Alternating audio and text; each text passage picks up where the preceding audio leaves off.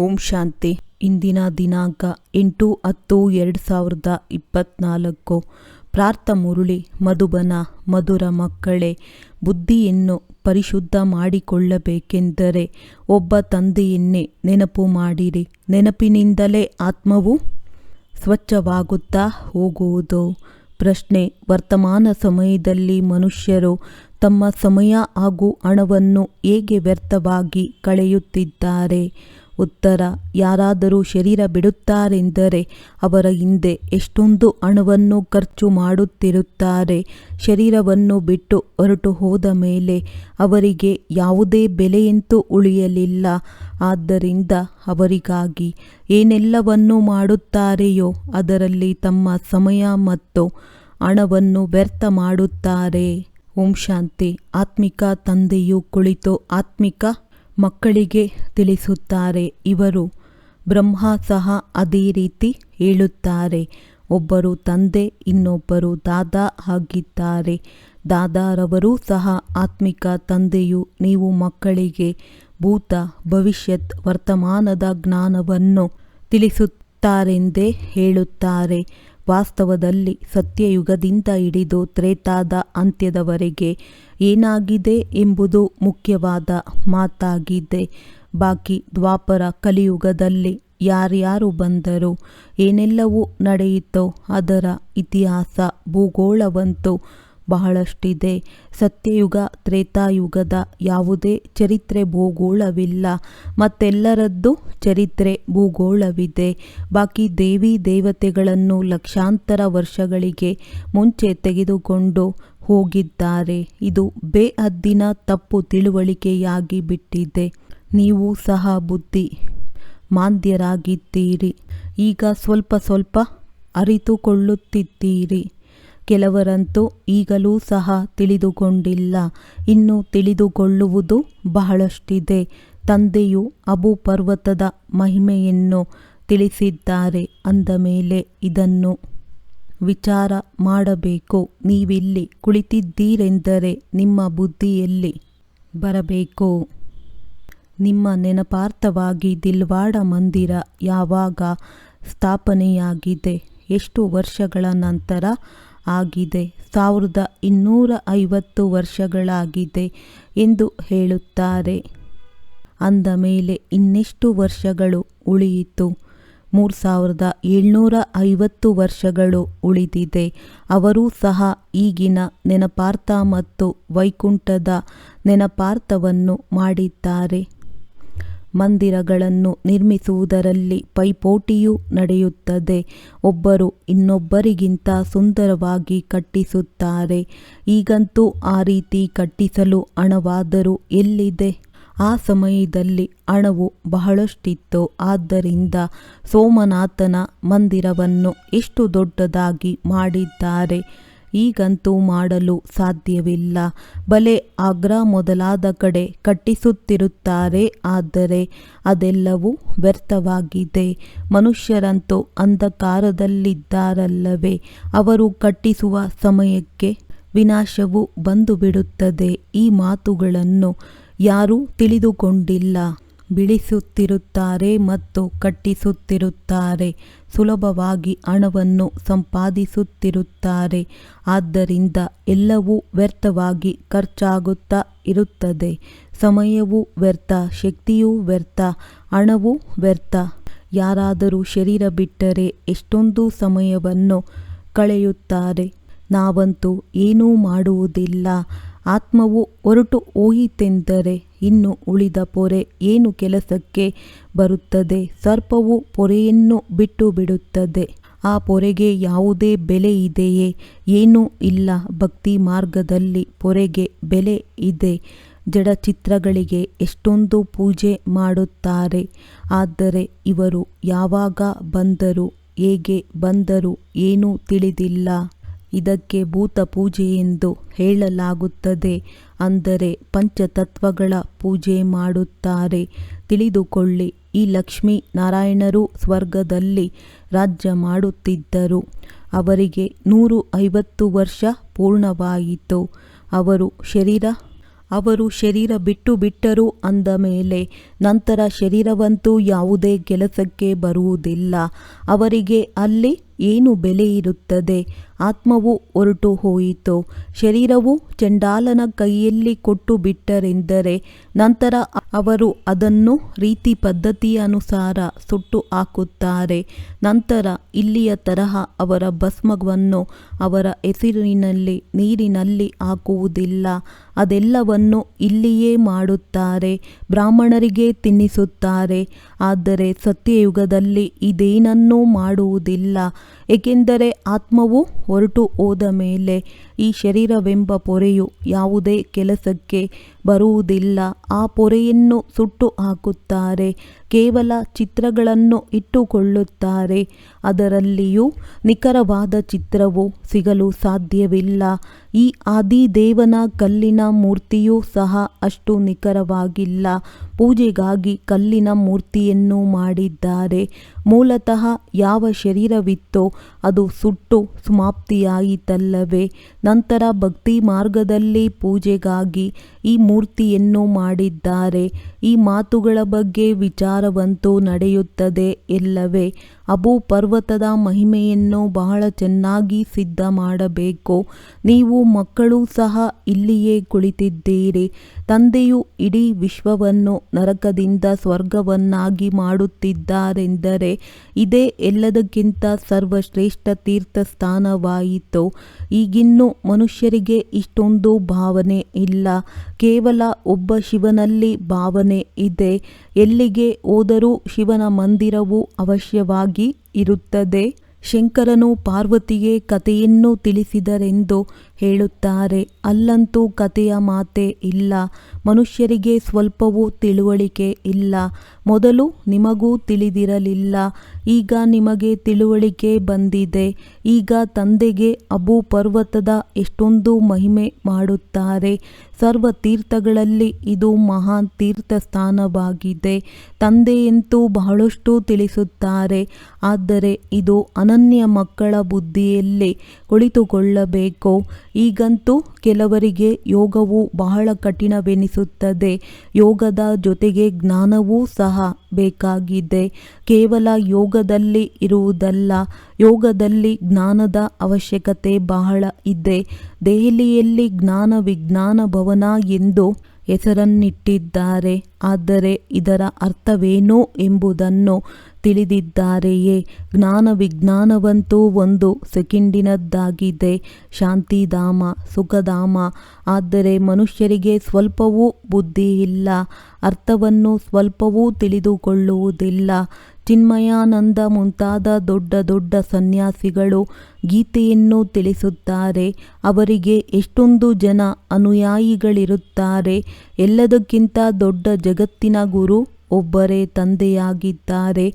ತಂದೆ ಮತ್ತು ಶಿಕ್ಷಕನಿಗಿಂತ ದೊಡ್ಡವರು ಗುರುವಾಗಿರುತ್ತಾರೆ. ಸ್ತ್ರೀ ಎಂದು ಸಹ ಅನ್ಯ ಪತಿಯನ್ನು ಮಾಡಿಕೊಳ್ಳುವುದಿಲ್ಲ ಅಂದಾಗ ಅನ್ಯರನ್ನು ಗುರುವನ್ನಾಗಿ ಮಾಡಿಕೊಳ್ಳಬಾರದು. ಒಬ್ಬ ಗುರುವನ್ನು ಮಾಡಿಕೊಂಡರೆ ಅವರೇ ಸದ್ಗತಿಯನ್ನು ಮಾಡಬೇಕಾಗಿದೆ. ಮತ್ತೊಬ್ಬ ಗುರುವೇಕೆ? ಸದ್ಗುರುವಾದರೂ ಒಬ್ಬರೇ ಬೇಅದ್ದಿನ ತಂದೆಯಾಗಿದ್ದಾರೆ. ಎಲ್ಲರಿಗೂ ಸದ್ಗತಿಯನ್ನು ಮಾಡುವವರಾಗಿದ್ದಾರೆ. ಆದರೆ ಈ ಎಲ್ಲ ಮಾತುಗಳನ್ನು ಅನೇಕರು ತಿಳಿದುಕೊಳ್ಳುವುದೇ ಇಲ್ಲ. ತಂದೆಯು ರಾಜಧಾನಿ ಸ್ಥಾಪನೆಯಾಗುತ್ತಾ ಇದೆ ಎಂದು ತಿಳಿಸಿದ್ದಾರೆ ಅಂದಾಗ ಅದರಲ್ಲಿ ನಂಬರ್ವಾರ್ ಇರುತ್ತಾರಲ್ಲವೇ? ಕೆಲವರಾದರೂ ಸ್ವಲ್ಪವೂ ತಿಳಿದುಕೊಳ್ಳುವುದಿಲ್ಲ. ಅವರದ್ದು ಡ್ರಾಮಾದಲ್ಲಿ ಪಾತ್ರವೇ ಆಗಿರುತ್ತದೆ. ಶಿಕ್ಷಕರು ತಿಳಿದುಕೊಳ್ಳಲು ಸಾಧ್ಯತೆ ಇದೆ.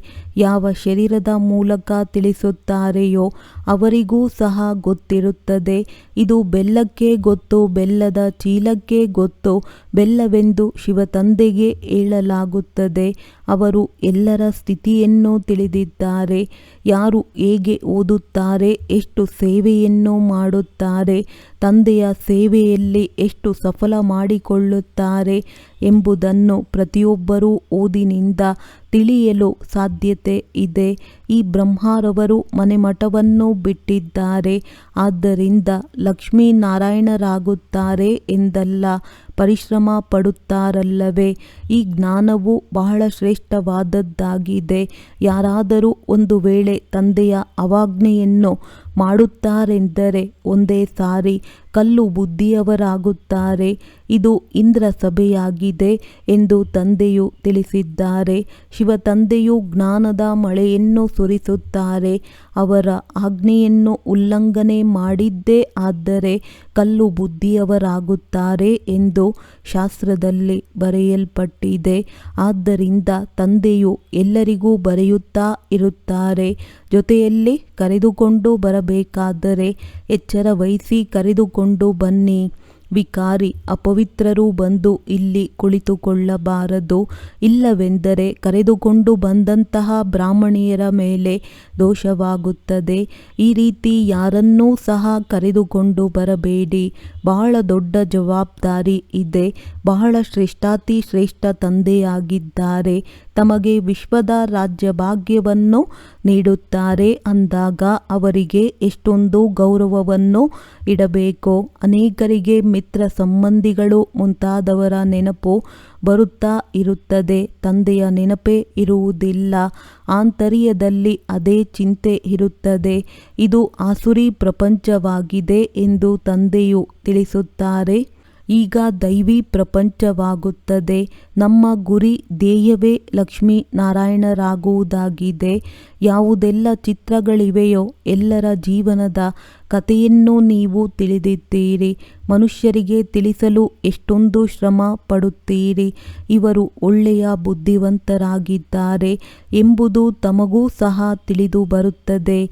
ಇವರು ಏನನ್ನೂ ತಿಳಿದುಕೊಳ್ಳುವುದಿಲ್ಲ ಎಂದು ತಿಳಿದು ಬರುತ್ತದೆ. ನಿಮ್ಮಲ್ಲಿಯೂ ಯಾರೆಷ್ಟು ಜ್ಞಾನವನ್ನು ತನ್ನದನ್ನಾಗಿಸಿಕೊಂಡಿದ್ದೀರೋ ಅದರನುಸಾರ ಸೇವೆಯನ್ನು ಮಾಡುತ್ತಿದ್ದೀರಿ. ಗೀತೆಯ ಭಗವಂತನ ಬಗ್ಗೆ ತಿಳಿಸುವುದೇ ಮುಖ್ಯ ಮಾತಾಗಿದೆ. ಸೂರ್ಯವಂಶಿ ದೇವಿ ದೇವತೆಗಳದ್ದು ಇದೊಂದೇ ಶಾಸ್ತ್ರವಾಗಿದೆ. ಬೇರೆ ಬೇರೆ ಇಲ್ಲ. ಬ್ರಾಹ್ಮಣರದ್ದು ಸಹ ಬೇರೆ ಇಲ್ಲ. ಇದು ಬಹಳ ತಿಳಿದುಕೊಳ್ಳುವಂತಹ ಮಾತುಗಳಾಗಿವೆ. ಈ ಜ್ಞಾನ ಮಾರ್ಗದಲ್ಲಿಯೂ ಸಹ ನಡೆಯುತ್ತಾ ಒಂದು ವೇಳೆ ವಿಕಾರದಲ್ಲಿ ಬಿದ್ದು ಹೋದರೆ ಈ ಜ್ಞಾನವು ಇಲ್ಲದಂತಾಗುತ್ತದೆ.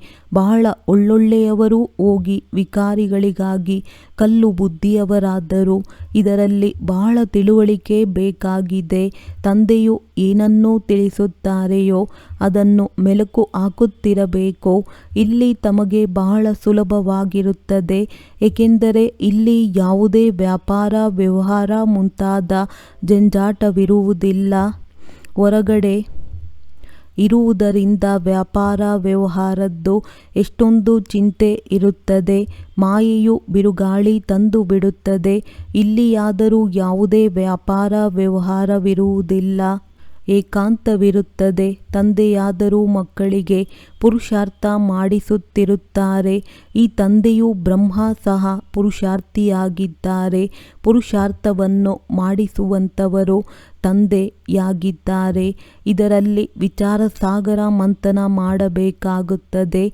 ಇಲ್ಲಿಯಾದರೂ ತಂದೆಯು ಮಕ್ಕಳ ಜೊತೆ ಕುಳಿತಿದ್ದಾರೆ. ಯಾರು ಪೂರ್ಣ ಸಹಯೋಗದ ಬೆರಳನ್ನು ನೀಡುತ್ತಾರೆಯೋ ಅವರಿಗೆ ಸೇವಾದಾರಿ ಎಂದು ಕರೆಯಲಾಗುತ್ತದೆ.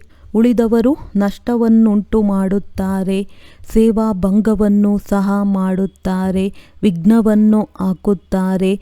ಮಹಾರಾಜ ಮಹಾರಾಣಿ ಆಗುತ್ತಾರೆಂದರೆ ಅವರಿಗೆ ದಾಸದಾಸಿಗಳು ಸಹ ಬೇಕಲ್ಲವೇ? ಅವರು ಇಲ್ಲಿದ್ದವರೇ ಆಗುತ್ತಾರೆ ಎಂಬುದು ತಮಗೆ ತಿಳಿದಿದೆ. ಎಲ್ಲವೂ ವಿದ್ಯೆಯನ್ನು ಅವಲಂಬಿಸಿದೆ. ಈ ಶರೀರವನ್ನು ಖುಷಿಯಿಂದ ಬಿಡಬೇಕಾಗಿದೆ. ದುಃಖದ ಮಾತೇ ಇಲ್ಲ. ಪುರುಷಾರ್ಥಕ್ಕಾಗಿ ಸಮಯವಂತೂ ಸಿಕ್ಕಿಯೇ ಇದೆ. ಜ್ಞಾನವು ಸೆಕೆಂಡಿನದ್ದಾಗಿದೆ. ಶಿವ ತಂದೆಯಿಂದ ಆಸ್ತಿಯೂ ಸಿಗುತ್ತದೆ ಎಂಬುದು ಬುದ್ಧಿಯಲ್ಲಿದೆ. ಸ್ವಲ್ಪವಾದರೂ ಜ್ಞಾನವನ್ನು ಕೇಳಿದರೂ ಶಿವ ತಂದೆಯನ್ನು ನೆನಪು ಮಾಡಿದರೂ ಸಹ ಸ್ವರ್ಗದಲ್ಲಿ ಬರಲು ಸಾಧ್ಯತೆ ಇದೆ. ಪ್ರಜೆಗಳು ಅನೇಕರು ಆಗುವವರಿದ್ದಾರೆ. ನಮ್ಮ ರಾಜಧಾನಿ ಸೂರ್ಯವಂಶಿ ಚಂದ್ರವಂಶಿ ಇಲ್ಲಿಯೇ ಸ್ಥಾಪನೆಯಾಗುತ್ತಾ ಇದೆ. ತಂದೆಯ ಮಕ್ಕಳಾಗಿಯೂ ಒಂದು ವೇಳೆ ನಿಂದನೆ ಹಾಕುತ್ತಾರೆಂದರೆ ಬಹಳ ಹೊರೆ ಹೆಚ್ಚಾಗುತ್ತದೆ. ಒಂದೇ ಬಾರಿ ಪಾತಾಳದಲ್ಲಿ ಹೋಗಿ ಬಿಡುತ್ತಾರೆ. ಯಾರು ತಮ್ಮ ಪೂಜೆಯನ್ನು ಕುಳಿತು ಮಾಡಿಸುತ್ತಾರೆಯೋ ಅವರು ಪೂಜ್ಯರೆಂದು ಹೇಗೆ ಕರೆಸಿಕೊಳ್ಳಲು ಸಾಧ್ಯ? ಸರ್ವರ ಸದ್ಗತಿದಾತ ಕಲ್ಯಾಣ ಮಾಡುವಂಥವರು ಒಬ್ಬರೇ ತಂದೆಯಾಗಿದ್ದಾರೆ. ಮನುಷ್ಯರಾದರೂ ಶಾಂತಿಯ ಅರ್ಥವನ್ನು ಸಹ ತಿಳಿದುಕೊಂಡಿಲ್ಲ. ಹಠಯೋಗದಿಂದ ಪ್ರಾಣಾಯಾಮ ಮುಂತಾದುದನ್ನು ಮಾಡುವುದೇ ಶಾಂತಿ ಎಂದು ತಿಳಿದುಕೊಳ್ಳುತ್ತಾರೆ. ಇದರಲ್ಲಿಯೂ ಸಹ ಬಹಳ ಪರಿಶ್ರಮವೆನಿಸುತ್ತದೆ. ಕೆಲವರದ್ದು ಮೆದುಳು ಕೆಟ್ಟು ಹೋಗಿಬಿಡುತ್ತದೆ. ಪ್ರಾಪ್ತಿಯೂ ಸಹ ಏನೂ ಇರುವುದಿಲ್ಲ. ಅದು ಅಲ್ಪಕಾಲದ ಶಾಂತಿಯಾಗಿದೆ. ಹೇಗೆ ಸುಖವನ್ನು ಅಲ್ಪಕಾಲ ಕಾಗವಿಷ್ಟ ಸಮಾನವೆಂದು ಹೇಳುತ್ತಾರೆಯೋ ಹಾಗೆಯೇ ಶಾಂತಿಯೂ ಸಹ ಕಾಗವಿಷ್ಟ ಸಮಾನವಾಗಿದೆ. ಅವರದ್ದೆಲ್ಲವೂ ಅಲ್ಪಕಾಲದ್ದಾಗಿದೆ. ತಂದೆಯಂತೂ 21 ಜನ್ಮದವರೆಗೆ ತಮಗೆ ಸುಖ ಶಾಂತಿ ಎರಡನ್ನೂ ನೀಡುತ್ತಾರೆ. ಕೆಲವರಾದರೂ ಶಾಂತಿಧಾಮದಲ್ಲಿ ಕೊನೆಯವರೆಗೂ ಇರುತ್ತಾರೆ. ಎಷ್ಟು ಪಾತ್ರವಿದೆ. ಅವರು ಇಷ್ಟೆಲ್ಲ ಸುಖವನ್ನು ನೋಡಲು ಹೇಗೆ ಸಾಧ್ಯವಿದೆ? ಅಲ್ಲಿಯೂ ಸಹ ನಂಬರ್ವಾರ್ ಪದವೀಧರರಿರುತ್ತಾರಲ್ಲವೇ, ದಾಸದಾಸಿಯರಾಗಿರುತ್ತಾರೆ. ಆದರೆ ಅರಮನೆಯೊಳಗಡೆ ಹೋಗಲು ಹೇಗೆ ಸಾಧ್ಯತೆ ಇದೆ? ಕೃಷ್ಣನನ್ನೂ ಸಹ ನೋಡಲು ಸಾಧ್ಯತೆ ಇಲ್ಲ. ಪ್ರತಿಯೊಬ್ಬರದ್ದು ಬೇರೆ ಬೇರೆ ಮೆಹಲುಗಳಿರುತ್ತವೆಯಲ್ಲವೇ? ಅವನನ್ನು ನೋಡುವುದಕ್ಕೂ ನಿಗದಿತ ಸಮಯವಿರುತ್ತದೆ. ಹೇಗೆ ಪೋಪ್ ಬರುತ್ತಾರೆಂದರೆ ಅವರ ದರ್ಶನಕ್ಕಾಗಿ ಎಷ್ಟೊಂದು ಜನರು ಹೋಗುತ್ತಾರೆ. ಹೀಗೆ ಅನೇಕರು ಹುಟ್ಟಿಕೊಳ್ಳುತ್ತಾರೆ. ಅವರದ್ದು ಬಹಳ ಪ್ರಭಾವವೂ ಇರುತ್ತದೆ. ಲಕ್ಷಾಂತರ ಮನುಷ್ಯರು ದರ್ಶನ ಮಾಡಲು ಹೋಗುತ್ತಾರೆ. ಇಲ್ಲಿ ಶಿವತಂದೆಯ ದರ್ಶನವೂ ಹೇಗಾಗುತ್ತದೆ? ಇದು ತಿಳಿದುಕೊಳ್ಳುವಂತಹ ಮಾತಾಗಿದೆ. ಇದು ಎಲ್ಲದಕ್ಕಿಂತ ಶ್ರೇಷ್ಠವಾದಂತಹ ತೀರ್ಥಸ್ಥಾನವಾಗಿದೆ ಎಂಬುದು ಪ್ರಪಂಚದವರಿಗೆ ಹೇಗೆ ತಿಳಿದು ಬರುತ್ತದೆ? ದಿಲ್ವಾಡ ಮಂದಿರದಂತಹ ಮಂದಿರಗಳು ಇನ್ನೂ ಅಕ್ಕಪಕ್ಕದಲ್ಲಿ ಇರಬಹುದೇನೋ ಎಂದು ನೋಡಬೇಕು. ಇದನ್ನು ಯಾವ ಕಾರಣದಿಂದ ಮಾಡಲಾಗಿದೆ ಎಂಬುದರ ಜ್ಞಾನವನ್ನು ನೀವು ಹೇಳುವ ಅವಶ್ಯಕತೆ ಇಲ್ಲ. ಅವರೇ ಇದನ್ನು ತಿಳಿದುಕೊಂಡು ಬಿಡುತ್ತಾರೆ. ಇವರಿಗೆ ಓದಿಸುವವರು ಯಾರೆಂಬುದನ್ನು ತಿಳಿದುಕೊಂಡಿಲ್ಲ. ಇದರ ಬಗ್ಗೆ ಒಂದು ಕಥೆಯೂ ಸಹ ಇದೆ. ಹುಲಿ ಬಂದಿತು ಎಂದು ಹೇಳುತ್ತಿದ್ದರು. ತಾವೂ ಸಹ ಹೇಳುತ್ತೀರಿ ಮೃತ್ಯುವು ಬಂದೇ ಬಿಟ್ಟಿತು ಎಂದು ಹೇಳುತ್ತೀರಿ. ಆದರೆ ಅವರು ವಿಶ್ವಾಸವನ್ನು ಇಡುವುದಿಲ್ಲ. ಇನ್ನೂ 40,000 ವರ್ಷಗಳಿದೆ.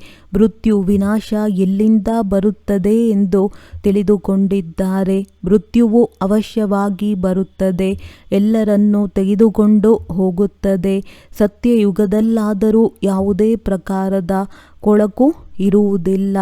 ಇಲ್ಲಿಯ ಹಸುಗಳು ಮತ್ತು ಅಲ್ಲಿನ ಹಸುಗಳಿಗೆ ಎಷ್ಟೊಂದು ವ್ಯತ್ಯಾಸವಿರುತ್ತದೆ. ಕೃಷ್ಣನು ಗೋವುಗಳನ್ನು ಕಾಯಲು ಹೇಗೆ ಸಾಧ್ಯ?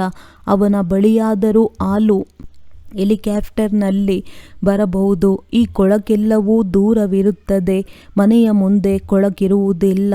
ಅಲ್ಲಿಯಾದರೂ ಅಪರಂಪಾರ ಸುಖವಿರುತ್ತದೆ. ಅದಕ್ಕೋಸ್ಕರ ಪೂರ್ಣ ಪುರುಷಾರ್ಥ ಮಾಡಬೇಕು. ಎಷ್ಟೊಂದು ಒಳ್ಳೊಳ್ಳೆಯ ಮಕ್ಕಳು ಸೇವಾ ಕೇಂದ್ರಕ್ಕೆ ಬರುತ್ತಾರೆ. ತಂದೆಯು ನೋಡಿ ಖುಷಿ ಪಡುತ್ತಾರೆ.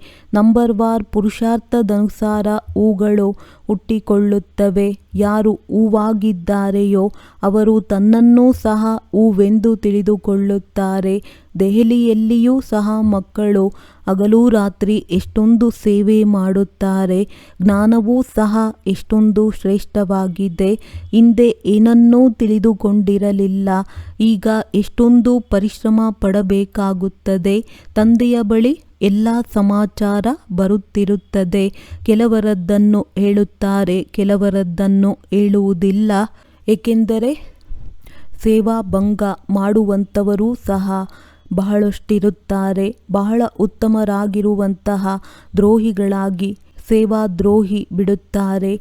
3ನೆಯ ದರ್ಜೆಯವರೂ ಸಹ ದ್ರೋಹಿಗಳಾಗಿರುತ್ತಾರೆ. ಸ್ವಲ್ಪ ಜ್ಞಾನವೂ ಸಿಕ್ಕಿದರೆ ಸಾಕು.